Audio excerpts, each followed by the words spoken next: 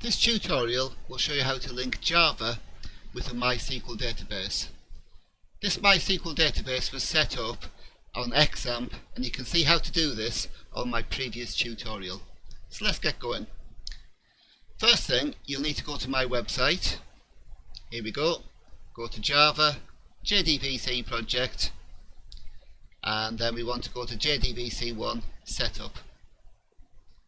And the first thing which we need to do is to create a database query. We did that in the previous tutorial. We now need to add something called MySQL connector jar. That's a Java archive, that's a package of files, and that contains the thing which is going to let us connect our two things together. We're actually going to use something called JDBC. JDBC stands for Java Database Connectivity, and that's based on something called ODBC, Open Database Connectivity, which is a standard way of linking programs and databases. Okay, so what I need to do is I need to install my JDBC package. So to do that, I'm going to right click here and do Add Jar Folder. Then I need to go and find it. Now on Windows, that's actually quite easy. I've got one installed here. And you can actually find that if you right click and do Add Jar Folder, you can actually see the path to it. If you go to the C drive, Program Files, NetBeans, IDE, Modules, EXT, and then you'll find the connector in there, just ready to go. And you can actually see that path here on my website. If you're using something like Linux, you might have to go and look for the package. So what I do is I go and just search for MySQL connector jar download, and then I like this website here, and I go there and I downloaded that package from there. So now what I've done is I've done right click, I've done add jar, and I'll come across here and I'm going to put that MySQL connector on there.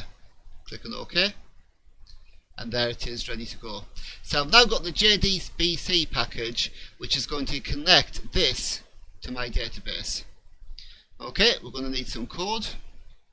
So let's go back here. So I've got some code here on my website. Just copy this across here.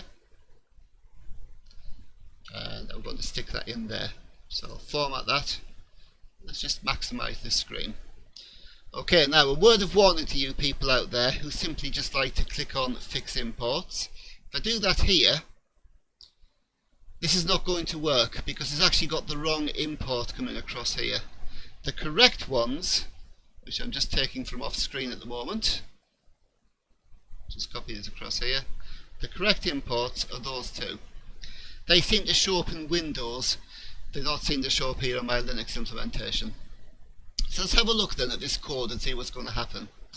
The first thing is we're going to load the drivers, the JDBC driver, and that's coming from this package over here. The next thing we're going to do is we're going to create a connection to my database. Let's have a look at this. So we're using JDBC, MySQL.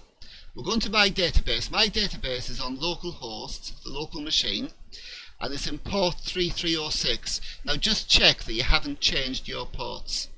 My database is called Bluecoat, and that's the database I set up yesterday. There we can see it there.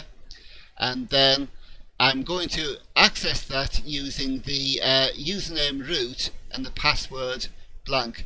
Those are the standard XAMPP settings. You may have a different username and password if you're using something different, or you may have changed the username and password yourself.